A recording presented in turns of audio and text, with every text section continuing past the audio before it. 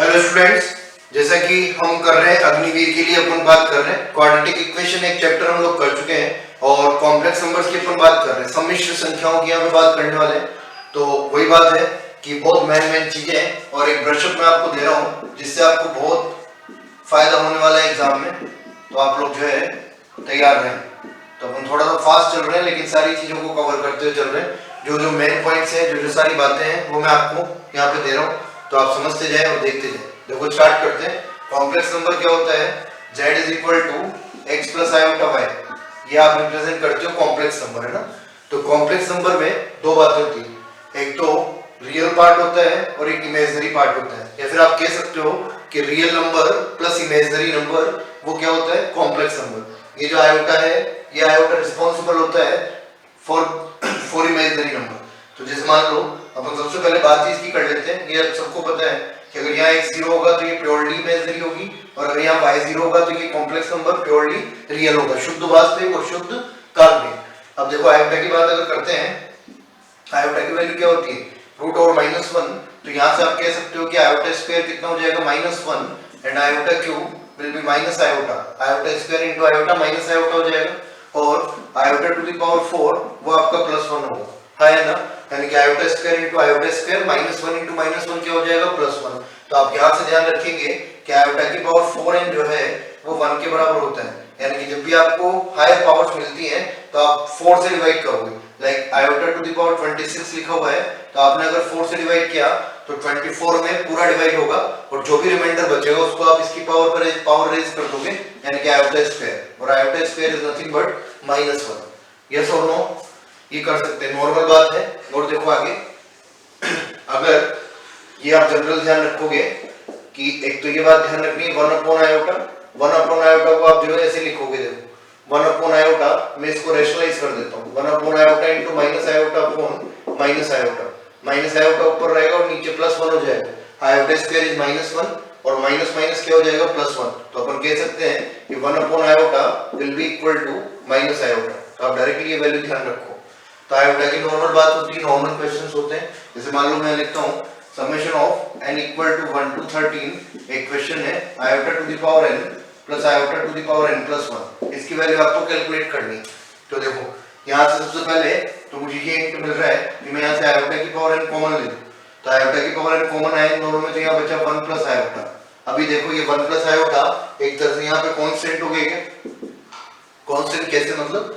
इसमें कोई n नहीं है तो n का इस पे कोई इफेक्ट नहीं है, तो आप इसको बाहर निकाल दो, यानी कि 1 प्लस आयोटा को मैंने समेशन साइन से बाहर ले लिया। अभी आप देखें, यहाँ देखना एक बार, यहाँ क्या बच रहा है? n equal to 1 to 13 iota to the power n। अब इसमें क्या करना है? समेशन साइन है, योग चिन्ह है, तो n की वैल्यू रखते जाना है और बीच में प्लस साइन लगाना है। तो आप देखो यहाँ पे 1 से 4 तक ये 1 प्लस आयोटा तो कांस्टेंट है, इधर 1 से 4 तक की बात एक बार करता हूं मैं। आपने n की वैल्यू रखी 1, n की वैल्यू रखी 2, n की वैल्यू 1 रखी तो ये क्या बनेगा? आयोटा। n की वैल्यू 2 रखी तो ये क्या बनेगा? माइनस 1। n की वैल्यू 3 रखी तो ये क्या बनेगा? Minus iota. और n की वैल्यू अगर आपने 4 रखी तो क्या बनेगा? प्लस 1। यस और नो? आयोटा एंड आयोटा 1 और 1 ये आपस में कैंसिल आउट हो जाएंगे। यस और नो? हाँ या ना? तो ऐसे क्या होगा बच्चे, आगे आप करोगे। जैसे मैं 5 से स्टार्ट करूं, आयोटा की पावर 5 में 4 से डिवाइड किया तो क्या बचा? आयोटा। आयोटा की पावर 6 में 4 से डिवाइड किया तो minus 1, iota square is minus 1। 7 में 4 से डिवाइड किया तो iota cube that is minus iota, और 8 इज डिविजिबल बाय 4, तो इसकी वैल्यू जाएगी 1। तो 1 से 1 कट गया, आयोटा आयोटा कट गया। कुल मिला के मैं कहना चाह रहा हूँ 1 से 4, 5 से 8, 9 से 12 सब कैंसिल आउट हो जाएंगे, और जो फाइनल आपकी वैल्यू है वो वैल्यू आपकी ये रहेगी। क्या रहेगी? कौन सी वैल्यू बचेगी? 1 plus iota into iota to the power 13। 1 plus iota into iota to the power 13 आपका बचेगा। देख रहा था विजिबल है नहीं है, कहीं कट तो नहीं गया, ये देख रहा था। देखो यहाँ पे 1 plus iota into iota to the power 13, तो 13 में आप 4 से डिवाइड करोगे बेटे, तो आयोटा टू द पावर 13 में अगर मैं 4 से डिवाइड करता हूँ तो यहाँ क्या बचेगा? आयोटा। आयोटा से मल्टीप्लाई कर दो तो iota minus 1 will be the answer of this question. और देखो आप, अगर नॉर्मली में लिखता iota to the power 257 plus 1 upon iota का स्क्वायर, ये लिखा हुआ है, तो आप क्या करते? 4 से डिवाइड करते। पहले 4 से डिवाइड किया 6 टाइम्स, रिमाइंडर हो गया 1, 17 बन गया। 17 में 4 से डिवाइड किया 4 टाइम्स, एक पावर बचेगी, यानी कि आयोटा की पावर 1 और 1 अपॉन आयोटा में भी लिख के आए माइनस आयोटा, तो आयोटा माइनस आयोटा का स्क्वायर क्या हो गया बेटा 0। क्या छोड़ो, तो थोड़ी सी बात अपन ने आयोटा की है, एक बार आप स्क्रीनशॉट ले लो अगर लेना चाहो तो वीडियो पॉज करके आप ले सकते हो। देखो आगे नेक्स्ट,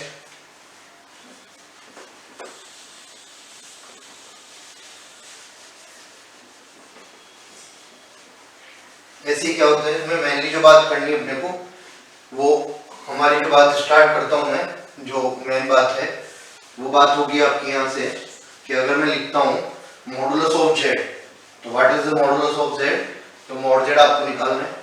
तीन बातें अपन करेंगे, mod z, argument of z और कॉन्जुगेट ऑफ जेड।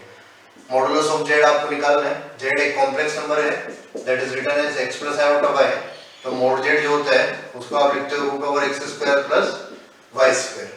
यस और नो, तो एग्जांपल कोई सा ले सकते हो, जैसे जेड कोई कॉम्प्लेक्स नंबर है 15 माइनस 8 आयोटा और आपको मॉडुलस ऑफ जेड निकालना है, तो रूट ओवर 15 स्क्वायर यानी कि 225 और माइनस 8 स्क्वायर यानी कि 64 यानी कि स्क्वायर रूट ऑफ 289 वो होता है 17, तो मॉड जेड हो जाएगा 70। हाँ है ना। रिप्रेजेंटेशन की अगर आप बात करते हैं, मैं थोड़ा डीप में नहीं जा रहा हूँ क्योंकि वो थोड़ी सी ऊपर की बात है, x, y, ये x होगा ये y होगा, तो modulus of z is this, ये एंगल 90, तो पाइथागोरस थ्योरम भी लगेगी या डिस्टेंस फॉर्मूला लगाओगे, दोनों ही बातें एक ही होती है, इसको मॉड z कहते हैं बेटे ना। ये रेगुलर क्लासेस जो है मेरी डाली हुई भी है यूट्यूब पे, आप देख सकते हो पूरे कंप्लीट जो है वो भी मेरा किया हुआ है, कुछ मतलब 9 to 10 टॉपिक्स हैं, 9 to 10 के इवन की मान के चलो कि 15 आधा सिलेबस अपना वहाँ पे कंप्लीटेड है। आप प्लेलिस्ट में जाके देखोगे तो लगभग आधे टॉपिक्स जो है 15 टॉपिक्स के आसपास जो है इसमें कंप्लीटेड है, तो आप वहाँ से भी और चीजें एलेबोरेट कर सकते हो, अच्छे से देख सकते हो, है ना। देखो आप इधर एक बार, तो यहाँ पे फिलहाल की बात है ये ऐसा होता है, इसकी प्रॉपर्टीज होती है बेटा वो काम की है। जैसे फर्स्ट प्रॉपर्टी लिखता हूँ मैं, modulus of z to the power n, वो लिख सकते हो आप मॉड जेड की पावर n। नंबर 2, जैसे मैं लिखूं mod of z1 by z2 can be written as modulus of z1 upon modulus of z2। ये सब काम की है, काम की कैसे है, जैसे फॉर एग्जांपल ये 3 प्लस 4 आयोटा की पावर 5 का मॉडुलस आपको फाइंड करना है। अब आप अगर ये प्रॉपर्टी जानते हैं तो आप कुछ नहीं करोगे, इसी बात को ऐसे लिख दोगे कि modulus of 3 plus 4 iota to the power 5, इसका मॉड 5 होगा, आपका आंसर हो जाएगा 5 टू द पावर 5। तो इस तरह से प्रॉपर्टी यूज की जाती है। यस और नो। और देखो z1 बाय z2 दो कॉम्प्लेक्स नंबर है, उनका डिवीजन करके फिर मॉड लो या इंडिविजुअली उनका मॉड ले लो फिर डिवाइड कर लो, बात बराबर है। जैसे मैं लिखता हूँ फॉर एग्जांपल, वही लेने ऊपर वाला एक कॉम्प्लेक्स नंबर था आपका, मान लो 15 माइनस 8 आयोटा और नीचे आपका लिखा हुआ है बच्चे 6 माइनस 8 आयोटा, ये है इस तरह से लिखा है। तो अभी देखो आप यहाँ से कॉम्प्लेक्स नंबर का मोड लोगे ऐसे, तो पहले आपको सोल्व करना पड़ेगा, 6 प्लस आयोटा से ऊपर नीचे मल्टीप्लाई डिवाइड करना पड़ेगा। उससे बढ़िया ये है कि आप डायरेक्टली ऊपर वाले का मोड लेते हो तो 70 आता और नीचे वाले का मॉडुलस निकालते तो कितना आता बेटा 10, तो आंसर हो जाता 17/10। यस और नो। तो इस तरह से अपन करते हैं बच्चे, तो आप देखते जाए। नंबर 3 थर्ड देखें, अगर मैं लिखता modulus of z1 into z2, तो modulus of z1 into z2 आप लिख सकते हो modulus of z1 modulus of z2, इस तरह से। यस और नो। इसके अलावा आप ध्यान रखें नंबर 4 क्या लिख सकते हो, z into z बार बराबर मॉड z का स्क्वायर। मैं देखो यहाँ पे आप एक बात समझना, रिप्रेजेंटेशन के लिए नहीं पढ़ा, मुझे आपको जितनी नॉलेज देनी है वीडियो में वो मैं देना चाह रहा हूँ। आप इन सब चीज़ों में कोई फोकस नहीं है कि इतना दिख रहा है इतना नहीं दिख रहा है, या फिर कुछ भी बात होगी वही सारी है भर रही है जोर से आ रही है। आप कोशिश करें बेटे कि आप सुन पाए और समझ पाए, बस आप इस बात से मतलब रखो ना मुझे यहाँ से कोई आपसे पैसा लेना है इस जगह से, केवल मेरा केवल ये टारगेट है कि मैं आप तक बात पहुँचा पाऊँ। तो आप ये सब मत देखना, आप मेरी बात सुनते जाओ और देखते जाओ, आपको सब समझ में आता है। देखते जाए बेटा, z into z बार मॉड z का स्क्वायर होता है। Number 5 modulus of z bar modulus of minus z और मॉडुलस ऑफ आयोटा z, इन सब के जो मॉडुलस हैं वो सेम होते हैं बच्चे, z का z बार का माइनस z का और आयोटा z का। तो ये कुछ इंपॉर्टेंट प्रॉपर्टीज हैं जो अपन मॉडुलस ऑफ z में बात करते हैं। यस और नो। तो आप एक बार जो है स्क्रीनशॉट ले सकते हैं और फिर आप लोग देखो आगे ऐसे होता है कॉन्जुगेट ऑफ z। तो अगर मैं कॉन्जुगेट ऑफ z की बात करूं तो वो भी एक तरह से ये बात अपन क्वाड्रेटिक में भी कर चुके हैं। कॉन्जुगेट ऑफ z अगर आपको फाइंड करना है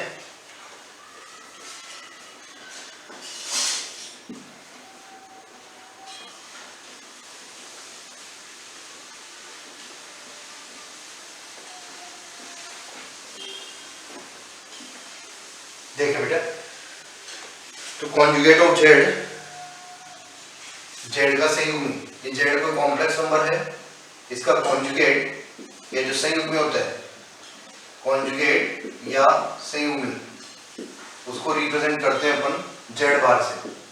ठीक है भाई, तो कॉन्जुगेट की बात आप कर रहे हो, यहाँ देखो जेड बराबर एक्स प्लस आयोटा में लिखता हूं मैं, तो जेड बार जो है वो आपका एक्स माइनस आयोटा होगा, यानी कि आपको आयोटा का साइन चेंज कर देना है।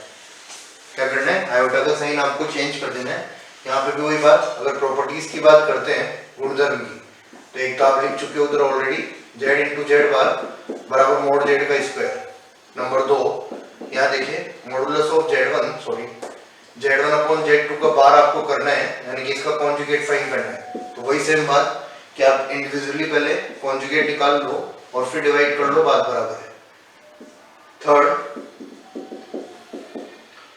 यहाँ मैं लिखता हूँ Z to the power n, फिर उसका कॉन्जुगेट, या पहले आप Z बार निकाल लो फिर उसकी पावर n कर दो, बात बराबर है। तो इम्पोर्टेंट बात ये भी लिख सकते हैं आप कि कोई दो कॉम्प्लेक्स नंबर्स हैं Z1 प्लस माइनस Z2 और इसका कॉन्जुगेट निकालना है, तो आप या इसका कॉन्जुगेट निकाल लो या पहले आप क्या करो इंडिविजुअली कॉन्जुगेट निकाल लो और फिर उसके बाद प्लस माइनस कर लो, तो वो भी बात बराबर है। ये बात बेटा कॉन्जुगेट की, यस और नो। तो थोड़ी सी छोटी छोटी बातें ये तो बीच में अपने काम आती रहेंगी, तो आप देखते जाएं और सुनते जाएं बस। देखो ऐसे होता है आर्गुमेंट ऑफ जेड, क्या होगा? कोणांक। ये थोड़ी सी ध्यान से सुनेंगे बात, क्योंकि यहाँ से क्वेश्चन पूछ लेते हैं। आर्गुमेंट की प्रॉपर्टीज भी थोड़ी इंपॉर्टेंट होती है, तो आप देखें पहले एक बार। Argument of z, argument z, इसी को एम्पलीट्यूड जेड भी बोलते हैं, तो एक ही बात है।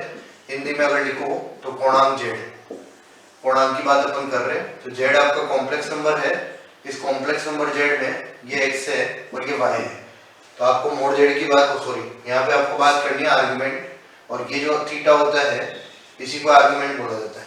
ये जो थीटा है इसी को आप क्या बोलोगे? आर्गुमेंट। तो देखो यहाँ पे थीटा जो लिखोगे बच्चे, वो थीटा क्या लिखोगे? tan inverse modulus of y upon modulus of x।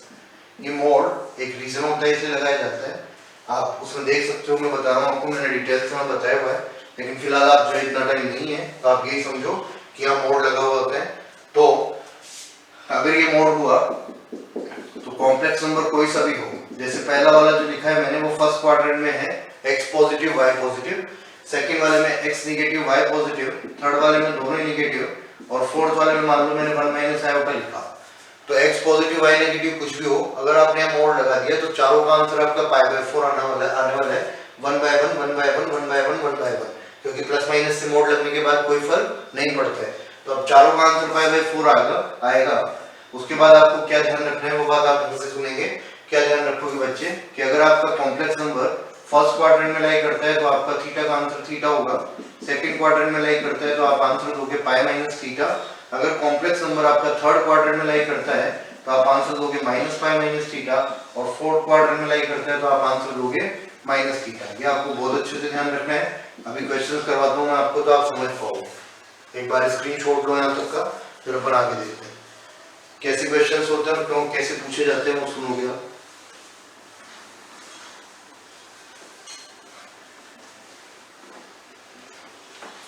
ठीक है बेटा, आपको जो है कोई क्वेश्चन पूछा गया मान लो, और वो ऐसे है कि पहले तो नॉर्मल ले लेता हूँ मैं, z is equal to 1 plus 2 3 iota लिखा हुआ है, x पॉजिटिव y पॉजिटिव, कौन सा क्वाड्रेंट हो गया? First quadrant. फर्स्ट क्वाड्रेंट में थीटा का आंसर आपको थीटा ही देना होता है, तो आप थीटा फाइंड कर लो। सबको प्लस में लेना है मोड लगा के, तो माइनस में भी हो तो आप प्लस में लिख लो, यानी कि आ गया π/3, तो ये आपका आर्गुमेंट होगा। बट अगर ये कॉम्प्लेक्स नंबर है -√3 प्लस 3 आएगा, ऐसा लिखा हुआ है, तो x नेगेटिव और y पॉजिटिव, कौन सा क्वाड्रेंट हो गया बच्चे? सेकंड क्वाड्रेंट हो गया। तो सेकंड क्वाड्रेंट में पहले आप मोड लगा के थीटा निकालोगे। थीटा लगाया मैंने मोड लगा के, तो पॉजिटिव लेना है, यानी कि 3/√3 tan इनवर्स √3। tan इनवर्स √3 का मतलब कितना होता है बेटे? π/3 या 60 डिग्री। लेकिन आपको आंसर 60 डिग्री नहीं देना है, π/3 नहीं देना है, आपको आंसर क्या देना है? पाई माइनस π/3, यानी कि इसका एग्जैक्ट आंसर आप क्या लिखोगे? Pi minus π/3 is nothing but 2π/3। अगर कॉम्प्लेक्स नंबर थर्ड क्वाड्रेंट में होता तो आप आंसर ये देते, कॉम्प्लेक्स नंबर फोर्थ क्वाड्रेंट में होता तो आप आंसर ये देते। एक बार स्क्रीनशॉट लो, फिर अपन आगे करते हैं।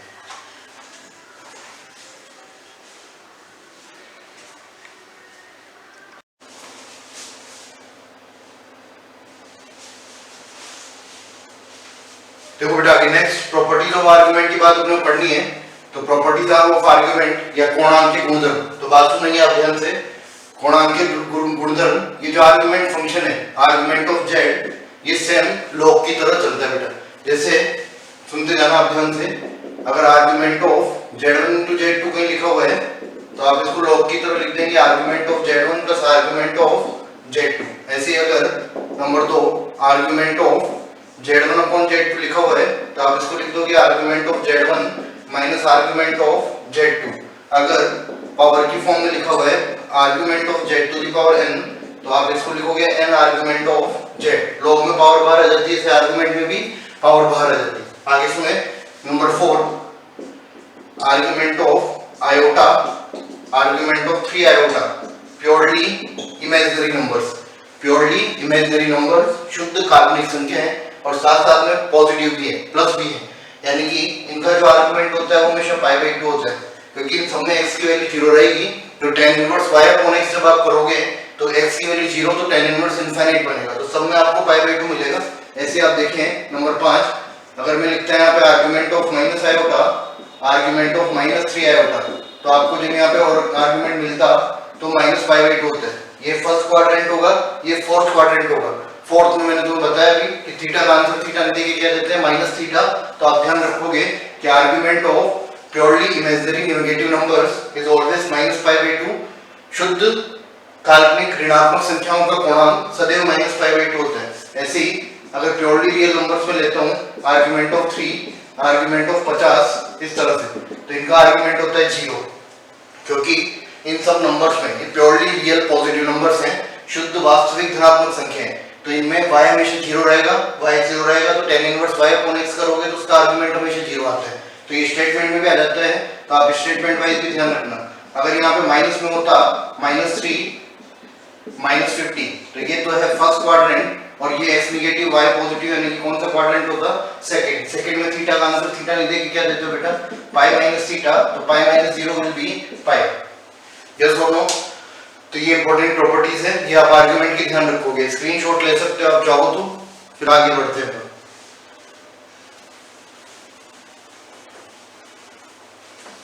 देखिए बेटा आगे नेक्स्ट है, नेक्स्ट बात सुनते जाइएगा। एक होता है आपका पोलर फॉर्म, ध्रुवीय रूप, polar form of z, z का ध्रुवीय रूप। सुनते जाएंगे, एक ही लैंग्वेज में बात चल रही है। जेड का ध्रुवीय रूप, तो ध्रुवीय रूप क्या होता है कि जेड अगर कॉम्प्लेक्स नंबर है x प्लस i/y, तो आपने इसको कैसे रिप्रेजेंट किया है भाई? ये रिप्रेजेंटेशन में पढ़ चुकी है, x होता है, y होता है और z को लिखते हैं xy। तो जो पोलर फॉर्म होती है उसमें एक तो थीटा चाहिए होता है, एक r चाहिए होता है। r तो होता है मोड z और थीटा आप कोणांक जो है अपन पढ़ चुके हैं, कोणांक की आर्गुमेंट कैसे निकालते हैं। तो देखो अगर बेटा ये r है तो इसको आप लिखोगे r cos थीटा, और अगर ये r है तो इसको लिखोगे आप r sin थीटा। तो मैं यहाँ पे x प्लस i/y की जगह जैसे रिप्लेस कर दूं r cos theta plus i/r sin theta, ये बनेगा। तो अगर आप यहाँ से r कॉमन लेते हो तो आपकी ये पोलर फॉर्म बन जाएगी, cos theta plus i/r sin theta. इसको बोलते हैं ध्रुवीय रूप या पोलर फॉर्म। तो आपको पोलर फॉर्म बनाने के लिए r और थीटा दो चीजों की रिक्वायरमेंट होती है। जैसे ध्यान से देखना आप एक बार, z एक कॉम्प्लेक्स नंबर है -√3 प्लस 3 i/, तो आपको इसको पोलर फॉर्म में चेंज करना है, ध्रुवीय रूप में लाना है। तो ध्रुवीय रूप के लिए देखो एक बार, एक तो r निकालोगे, r हो जाएगा √x का स्क्वायर 3 और y का स्क्वायर 9, यानी कि 2√3। और थीटा अगर निकालना है तो कौन सा क्वाड्रेंट है? Second quadrant, x negative y positive. बना के देखिए अगर बेटा फटाफट से, x negative y positive second quadrant, second में आंसर बताया था मैंने π-θ। तो पहले मोड लगा के थीटा निकालोगे, तो थीटा मोड लगा के निकाला अपन ने, यानी कि पॉजिटिव लिया, तो 3/√3 और √3 की वैल्यू कितनी होगी? π/3। लेकिन आप आंसर क्या दोगे? π/3 नहीं, आप आंसर दोगे π-θ, यानी कि π-π/3। इसका मतलब कितना हो गया? 2π/3। यस और नो? तो आप पोलर फॉर्म लिख दोगे, z बराबर 2√3 cos 2π/3 प्लस i/sin 2π/3। यस और नो? हाँ है ना बेटे ना। तो देखो एक बार थोड़ा फास्ट चल रहा हूँ तो आप ध्यान रखना, आपके पास तो ऑप्शन है आप वीडियो को पॉज करके धीरे धीरे भी देख सकते हो, तो ऐसा कोई इशू नहीं है। एक बार स्क्रीनशॉट लो फिर आगे बढ़ते हैं। देखिए ऐसे ही होता है एक चरघातांकी रूप, एक्सपोनेंशियल फॉर्म, चरघातांकी रूप या एक्सपोनेंशियल फॉर्म। देखना भाई, चरघातांकी रूप, चरघातांकीय रूप, इसको बोलते हैं एक्सपोनेंशियल फॉर्म। तो एक्सपोनेंशियल फॉर्म में क्या होता है बेटा, जेड बराबर ये जो आपने लिखा है r cos theta plus iota sine theta, ये जो cos theta plus iota sine theta होता है, एक साइंटिस्ट है आयलर्स फॉर्मूला इसको बोलते हैं। तो यहाँ पे आप लिख सकते हो, देखो इसकी जगह पे मैं इसको रिप्लेस करूं तो जेड बराबर आपको क्या मिलेगा, r e to the power iota theta, yes और नो। तो ये r e to the power iota theta बना, r e to the power iota theta, तो ये एक्सपोनेंशियल फॉर्म होती है। फॉर एग्जांपल अगर आपको जेड कोई कॉम्प्लेक्स नंबर है 1 प्लस आयोटा और इसको लिखना है एक्सपोनेंशियल फॉर्म में या चरघातांक के रूप में, तो एक तो आर निकालोगे, आर हो जाएगा रूट एक्स का स्क्वायर प्लस वाई का स्क्वायर यानी कि रूट 2, और थीटा निकालेंगे तो थीटा हो जाएगा, फर्स्ट क्वाड्रेंट में थीटा का आंसर थीटा ही देना होता है, तो tan इनवर्स 1/1 यानी कि पाई बाय 4। तो आप लिखोगे जेड बराबर आर की वैल्यू रूट 2 ई की पावर आयोटा पाई बाय 4, ये एक्सपोनेंशियल फॉर्म होती है। तो एक्सपोनेंशियल फॉर्म हो चाहे पोलर फॉर्म हो, दोनों में आपको आर और थीटा की नीड होती है। एक बार स्क्रीनशॉट ले लें फिर आगे बढ़ते हैं। देखो ऐसे एक इंपॉर्टेंट बात होती है, लॉगरिथम ऑफ जेड, जेड का लघुगणक, लॉगरिथम ऑफ जेड, ये मैं लॉग जेड ही लिख देता हूँ आप समझ जाए, लॉग जेड ये लघुगणक निकालना है जेड का। क्या करते हैं देखो बेटे, यहाँ तक आप पहुंच चुके हो, क्या तक लॉग जेड, और आपने एक्सपोनेंशियल फॉर्म लिख ली है लॉग आर ई की पावर आयोटा थीटा। तो इसमें भी आप log m * l लगा सकते हो, log m * l लगाया तो क्या बनेगा, log r की जगह लिख सकता हूं मैं रूट में x square plus y square plus इधर log लोगे तो आयोटा थीटा बाहर आ जाएगा और log e की वैल्यू 1 हो जाएगी। फाइनली जो log z है उस log z को मैं ऐसे लिख सकता हूं कि 1/2 log of x square plus y square plus iota theta, और थीटा की जगह क्या आ जाएगा बच्चे tan inverse mode y upon mode x। और ये आप जानते हो कि थीटा कैसे निकालना होता है, ये मैं सिखा चुका हूं आपको। क्वाड्रेंट देख के आप आंसर दोगे कि कौन से क्वाड्रेंट में जेड है। हाँ है ना बेटे। फॉर एग्जांपल देखेंगे यहाँ पे अच्छे से, अगर मैं लिखता log ऑफ 3 + 4 आयोटा की वैल्यू बताओ तो आप क्या करते देखो, 1/2 ये 1/2 log x का स्क्वायर यानी कि 9 और y का स्क्वायर यानी कि 16 प्लस आयोटा थीटा निकाल लें, थीटा निकालोगे तो tan इनवर्स फर्स्ट क्वाड्रेंट, तो इसका आंसर हो गया 4/3। ऐसे कैसे ये 25 बना, 25 की पावर 1/2 करोगे पावर ऊपर जाएगी तो ये फाइनली आपको मिलेगा log 5 plus iota tan inverse 4/3। जरूरी नहीं है कि tan इनवर्स से आपको हमेशा एंगल निकलता हो मिले कोई। फॉर एग्जांपल और देख सकते हो आप, एक ही log जैसे मैंने लिखा 1 + √3 आयोटा, तो क्या लिखना है बच्चे, क्या लिख दोगे 1/2 log x का स्क्वायर कितना हो गया 1 और y का स्क्वायर कितना हो गया 3 प्लस आयोटा थीटा कितना आएगा पाई/3 आ जाएगा। क्या tan इनवर्स y/x करोगे तो tan इनवर्स y/x करने से थीटा की वैल्यू कितनी आ जाएगी पाई/3। तो फाइनली आपको मिलेगा ये 1/2 में आप पहुंचा दो यानी कि log 2 प्लस आयोटा पाई/3। ये लो जी, हाँ है ना, ठीक बात है बेटा।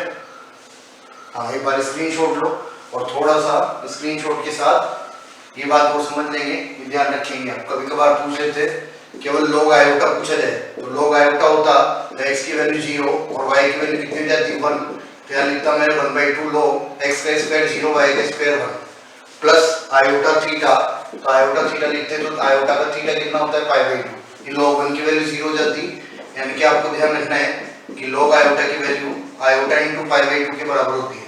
log आयोटा की वैल्यू आयोटा * पाई/2 के बराबर होगी, यस और नो। अरे हाँ या नहीं, हाँ तो नोट करें एक बार, स्क्रीनशॉट ले लो फिर आगे बढ़ते हैं। देखेंगे आगे नेक्स्ट, एक होता है ऐसे बेटा square root of z, square root of z, z का वर्गमूल या अंडर रूट जेड मतलब। तो जेड का वर्गमूल निकालना है तो ध्यान रखिए जेड का वर्गमूल यानी कि root x plus iota y, ये भी एक कॉम्प्लेक्स नंबर ही होगा। ये जो बाहर आपको प्लस माइनस दिख रहा है ये अंडर रूट की वजह से आ रहा है, और ये जो प्लस है इसको प्लस लेना है और यहाँ माइनस होगा तो यहाँ माइनस लेना है। अब आपको दो चीजें और चाहिए, एक तो ए निकालना है और एक आपको क्या निकालना है, बी। ए और बी, ए जो होता है उसकी वैल्यू क्या होती है बेटा, modulus of z plus x upon 2 की पावर 1/2, और बी जो होता है उसकी वैल्यू ये होती है mod z minus x upon 2 की पावर 1/2। तो ए और बी दोनों आ जाएंगे। अभी देखो आपको एग्जांपल करवाता हूं मैं, बात सुनना है इधर से। एग्जांपल के लिए आप देखो और समझो बात कि आपको निकालना है √6 - 8 है बेटा, ये वैल्यू निकालनी मान लो। तो आप क्या करोगे, सबसे पहले यहाँ पे क्या करेंगे बेटा, √6 - 8 है तो आप सबसे पहले लिखोगे प्लस माइनस, और यहाँ माइनस तो अंदर भी minus, a minus iota b। इसमें देखें इस कॉम्प्लेक्स नंबर z का मोड z तो हो जाएगा 10 और x की वैल्यू कितनी हो गई 6, कोई यानी कि तो आप यहाँ रख दो। देखो मॉडुलस ऑफ z यानी कि क्या लिखूं मैं, a बराबर मॉडुलस ऑफ z प्लस 6/2 की पावर 1/2। देखिए भाई 16 में 2 से डिवाइड किया तो 8, और 8 का स्क्वायर रूट हो गया 2√2। ऐसे b निकालोगे तो b बराबर 10 - 6/2 यानी कि 4/2। 4/2 का मतलब 2, और 2 का स्क्वायर रूट भी निकालना है यानी कि √2। आया ना, हुआ ही नहीं। तो ए और बी रिप्लेस कर दोगे यहाँ पे, यानी कि फाइनली आपको आंसर मिलेगा बराबर, ए की जगह रखा मैंने प्लस माइनस, ए की जगह रख दिया 2√2 और माइनस की जगह माइनस, और बी की जगह लिख दिया √2 आयोटा। तो ये कॉम्प्लेक्स नंबर होगा।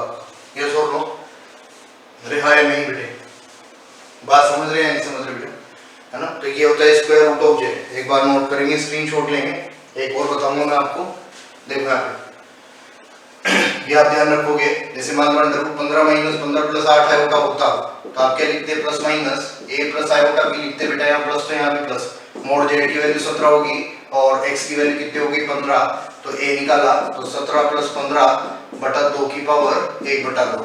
32 में 2 से डिवाइड किया 16 का √4, b निकालते तो 17 - 15/2 की पावर 1/2, यानी कि ये आ जाता 2/2 1, यानी कि आंसर आप देते ±4 प्लस आयोटा। ये सो नो, हाँ या नहीं, कर सकते ना बेटा। ऐसे देखो आगे, अगर मान लो केवल सिंगल क्या होता आपका, केवल यहाँ पे आयोटा होता और इसका आपको क्या निकालना होता है, स्क्वायर रूट ऑफ आयोटा। तो ध्यान रखेंगे plus minus a plus iota b, इधर प्लस तो इधर भी क्या लेना है, प्लस ही लेना होगा। तो यहाँ से क्या बनेगा, देखो मोड z की वैल्यू 1 और x की वैल्यू 0, तो आप देखेंगे a की वैल्यू तो आ गई 1 + 0/2 की पावर 1/2, यानी कि ये तो क्या 1/√2। सिमिलरली b निकालोगे तो b भी आपका 1/√2 आएगा, क्योंकि 1 - 0 होगा तो वो सेम बात रहेगी। a और b दोनों 1/√2 आ गए, यानी कि फाइनली आप लिख सकते हो plus minus 1/√2 plus iota by √2। Same ऐसे ही अगर आपको मिलता रूट माइनस आयोटा, तो रूट माइनस आयोटा में क्या फर्क होता, बीच में आपका माइनस आ जाता, 1/√2 माइनस आयोटा बाय √2। यस और नो, हाँ या नहीं, ठीक बात है ना बेटा। देखो एक बार स्क्रीनशॉट लो, इन दोनों को जोड़ के क्वेश्चन पूछा जाता है, root iota plus root minus iota, तो आप दोनों को ऐड कर दोगे। एक बार स्क्रीनशॉट लो, फिर आगे करते हैं।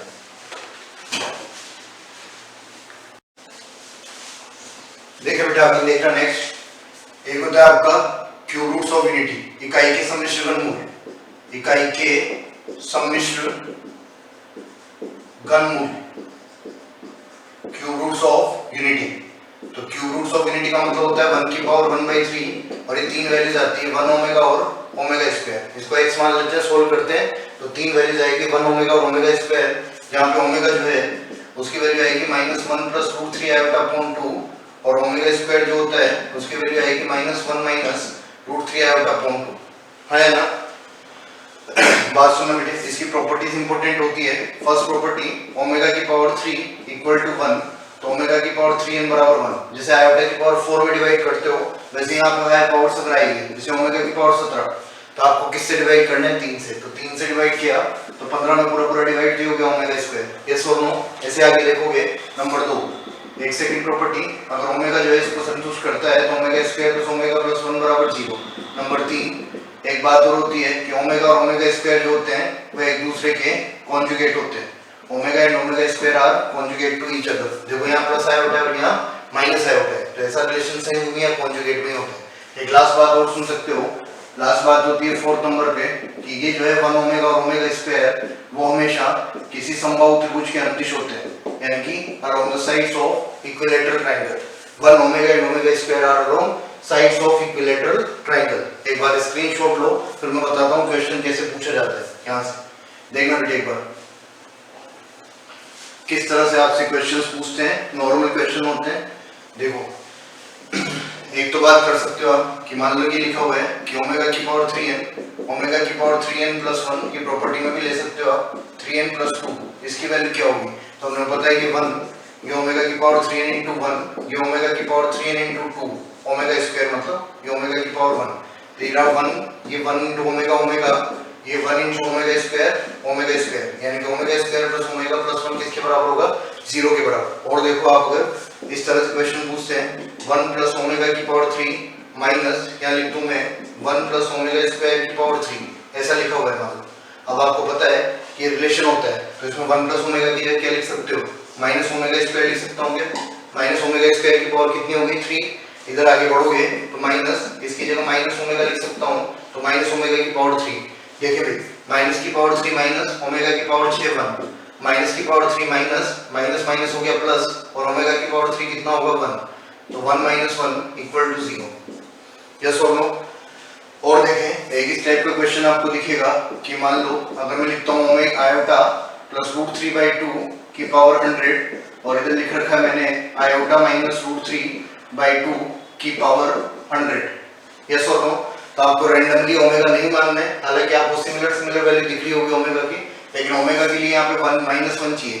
-1 लाने के लिए मैं आयोटा से ऊपर नीचे मल्टीप्लाई कर दूं तो माइनस का √3 आयोटा अपॉन 2 की पावर 100 प्लस इधर आ जाएगा माइनस आयोटा, आयोटा से मल्टीप्लाई किया तो -1 minus √3 iota upon 2 iota 2 iota की पावर 100, ऐसा बनेगा ना। तो यहाँ देखो ये तो हो गया आपका ओमेगा और ये हो गया आपका ओमेगा स्क्वायर, ये आयोटा बाहर है तो आप लिख सकते हो सवाल हो गया आपका ओमेगा अपॉन आयोटा की पावर 100, और इधर हो जाएगा बेटा ओमेगा स्क्वायर अपॉन आयोटा की पावर 100। यस और नो? तो यहाँ से देखें आयोटा की पावर 100 1 होता है, तो इसकी तो बात खत्म, इसकी भी बात खत्म। सवाल रह गया ओमेगा की पावर 100 प्लस ओमेगा की पावर 200, ये आपको कैलकुलेट करना है। तो कर सकते हो 3 से डिवाइड करोगे तो 3 से डिवाइड किया तो 99 में पूरा डिवाइड, ऐसे इसमें डिवाइड करोगे तो ये ओमेगा स्क्वायर बचेगा, ओमेगा प्लस ओमेगा स्क्वायर की बराबर कितना हो गया? -1। ओमेगा प्लस ओमेगा स्क्वायर बराबर क्या लिख सकते हो? -1। यस और नो? एक बार स्क्रीनशॉट लो फिर आगे बढ़ते हैं। देखिए भाई एक बात और बच रही है आपकी कॉम्प्लेक्स नंबर में, वो बात है आपकी डी माइवर्स थ्योरम। इन सबको आप ध्यान से देखें और ज्यादा से ज्यादा शेयर करें ताकि सब लोगों को ये पहुंच पाए और एडवांटेज हो। एक ब्रशअप में दे रहा हूँ ताकि बहुत फास्टली आप कर पाओ, टाइम बहुत कम है और आपको भी प्रैक्टिस करनी होगी बेटा। तो कॉन्सेप्ट में बता रहा हूँ उसके हिसाब से आप जो है करते रहें। एक डी माइवर्स थ्योरम ये भी ध्यान रखोगे, कभी कभार यहाँ से क्वेश्चन पूछ लेते हैं। तो डी माइवर्स थ्योरम क्या होती है? द माइवर प्रमेय। द माइवर प्रमेय का यूज किया जाता है टू फाइंड z की पावर n। z की पावर n को ज्ञात करने के लिए द माइवर प्रमेय का प्रयोग करते हैं। अब होती क्या है वो बात सुन लोगे। जैसे z एक कॉम्प्लेक्स नंबर है आपका r cos theta plus iota sin theta, और आपको इसकी पावर n निकालना है, तो क्या लिखोगे? r की पावर n cos थीटा, यहाँ देखो पावर n होगी, इस n को डायरेक्ट अंदर भेज देते हैं डी माइवर्स थ्योरम से, ये थीटा का मल्टीपल बन जाएगा, तो इसको ऐसे लिख दिया जाता है। हाँ है ना? z की पावर n तो क्या हो गया? r की पावर n, और यहाँ जो n होगा उसको वो थीटा का मल्टीपल बन जाता है। सवाल में कैसे यूज करते हैं ध्यान से सुनना। सवाल में आपको यूज करना है इस तरह से कि मान लो ये क्वेश्चन है आपका cos π/3 प्लस आयोटा sin π/3 और इसकी पावर -3, इसकी बात आपको करनी है बच्चे, इसकी पावर -3 की बात आपको करनी है। तो क्या करोगे? इसको यहाँ पहुंचा दो इस जगह पे, हाँ या ना? पहुंचा देंगे बेटा, तो इसको यहाँ पहुंचाओगे तो क्या मिलेगा आपको? cos, देखना भाई ये -3 इसका मल्टीपल बनेगा, -3 इसका मल्टीपल बना तो 3 से 3 कटा, तो यहाँ क्या बचा? cos -5, हाँ या ना? और डी माइवर्स थ्योरम से इस -3 को इधर यहाँ पहुंचाओगे तो क्या बचा? आयोटा sin, यहाँ पे 3 से 3 कटा तो -5। cos में माइनस का कोई फर्क नहीं पड़ता है, तो cos से माइनस का फर्क नहीं पड़ेगा, तो cos π बचेगा। cos π की वैल्यू -1 होती है बेटे ऑलरेडी, यहाँ -12 आएगा तो बचेगा आयोटा sin π, और sin π की वैल्यू क्या होती है? 0। तो इसका मतलब आपका फाइनली आंसर क्या हो जाएगा -1। तो आप जो है डी माइवर्ट्स थ्योरम का यूज इस तरह से कर सकते हो। यस और नो? ध्यान से देखना बेटा, मैं जो है स्क्रीन के एंड स्क्रीन पे मतलब आपको वीडियो के एंड पे दिखेगा जो कॉम्प्लेक्स नंबर के वीडियोस पहले डाले हुए हैं वो मैं आप डाल दूंगा उसकी प्लेलिस्ट वहाँ पे, तो आप कुछ चीजें उसमें और इलाबोरेट कर सकते हो, अच्छे से पढ़ सकते हो, उसमें कुछ क्वेश्चंस भी ज्यादा हैं तो आप उसको भी देख लें। ऐसे क्वाड्रेटिक का हो गया, तो ये मेन बात मैंने सारी कर ली। नेक्स्ट वीडियो में नेक्स्ट टॉपिक के साथ अपन बात करेंगे।